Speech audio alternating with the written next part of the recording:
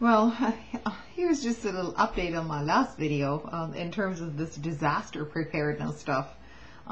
So I actually did read some of this stuff in Time magazine as to how to prepare for disasters. And as usual, you know, their entire article is completely contradictory in terms. So what they're saying here is one of the most important things in their first paragraph that they are pointing out is that military researchers conducted elaborate experiments to try to predict who will melt down in a crisis and who will thrive. Police, soldiers, race car drivers, and helicopter pilots trained to anticipate the strange behaviors they will encounter at the worst of times. You know, virtually no civilians or civilian agencies are mentioned here at all in their first example. Then they go on to say in their second paragraph, panic can be your friend. When disaster strikes, a troubling human response can inflate the death toll. Humans freeze up. They shut down and become completely, suddenly limp and still and complacent. And it goes on. You know, my experience in terms of something really serious happening is probably quite the opposite from what Time magazine says. So my experience has been that panic is usually the first response, and so Time magazine is now saying that panic is going to be your friend if you're going to solve things. You know, there are other paragraphs in here which are very troubling. Somebody says that they made their way into a corridor. He noticed something strange about some of the passengers. This was on a cruise ship. They weren't doing what he was doing. Some people just didn't seem to realize what was happening and were just sitting there. Well, you know, if you're on a cruise ship and you can't hear the noise outside, or you can't feel the actual ship leaning 15 degrees, you probably aren't even aware of what's going on. So,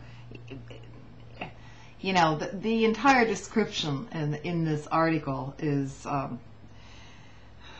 it's just beyond the pale. And contrary to popular expectations, this is what happens in many disasters. Crowds generally become quiet and docile. Panic is very rare. The bigger problem is that people do little to nothing and sometimes shut down completely. You know, my own personal experience with disasters has actually been quite the opposite. So I would like Time magazine to back that assessment up in the first place. Because the first thing you need to try to avoid is panic if you're going to solve anything. And nowhere in this article, I'm too tired to elaborate still, but it says, fire drills, particularly if they are mandatory and unexpected, can dramatically reduce fear should the worst come to pass. Just knowing where the stairs are gives your brain an advantage.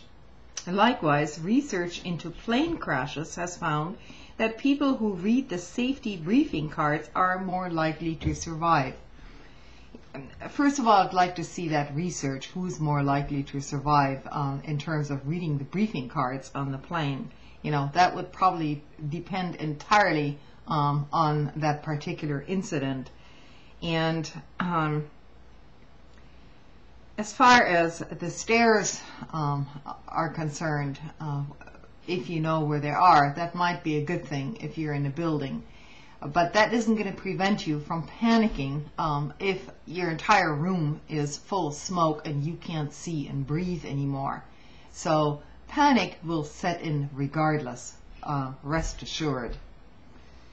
Another ridiculous thing that this article pointed out is we can also help each other to do better. A loud sound will cause animals to snap out of their stupor. Likewise, many flight attendants are now trained to scream at passengers at the top of their lungs in burning planes. Get out, go. People respond to leadership in a disaster, and then they can do remarkable things. Now, you have to imagine this scenario just for about 2 minutes. You're sitting on a plane and the smoke engulfs the fuselage and it's leaking into where you're sitting. You're unable to breathe. Pretty soon you can't see, and you think you're going to have some flight attendant yell at you and say, get out, I don't know what Joe has to say about this, but flight attendants are probably trained to do quite the opposite. In fact, they're probably trained to have the passengers not panic and to make the exit as smoothly as possible so that you don't have pandemonium on board the aircraft. So no, I can't imagine a flight attendant saying, oh, get out of the plane, because the natural reaction of any passenger in a cabin filled with smoke is going to be, get out of the plane. I don't even know how to read this stuff. A small fire in a building. Okay, so here's another example. A small fire in a building, electrical fire or something. And one of the guests, most maintained, seated at their tables, continued to work in defiance of the smoke seeping in to the rooms. It just goes on and on, Then about 9/11, when the plane struck the Twin Towers on September 11th, Rick Rescorla embodied the spirit of survival. The head of security for Morgan Stanley Witters at the World Trade Center, which is Morgan Stanley. Does that ring a bell? He got Morgan Stanley employees, to take responsibility for their own survival. How nice. And which happened almost nowhere else in the entire Trade Center. This is Time magazine talking at you.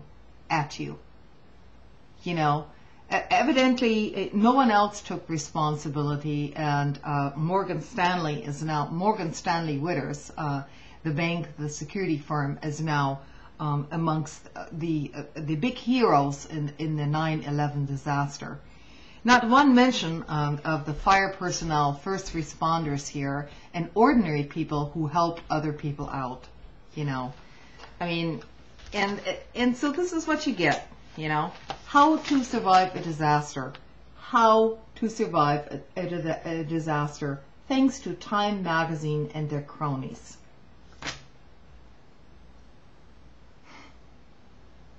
Well, I'm sorry, it was just a waste of time to read all this. So, do your first aid classes first, and talk to your neighbors, and get some supplies on hand, and that's about all you can do. And yeah, everybody is going to panic once a disaster happens. I mean, that's a natural reaction.